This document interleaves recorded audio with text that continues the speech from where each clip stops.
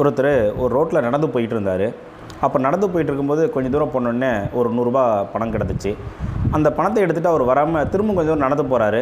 ஒரு ₹1000 கிடக்கு. மறுபடியும் கொஞ்சம் தூரம் நடந்து போனார். ஒரு ₹50,000 1,00,000 மாதிரி இருந்தோடனே அவர் கடைசி எண்டு வரைக்கும் போகும்போது பார்த்தோன்னா அவர் எதிர்பார்க்காத அளவுக்கு மிகப்பெரிய ஒரு பணப்பெட்டி ஒன்று அவருக்கு கிடச்சிது.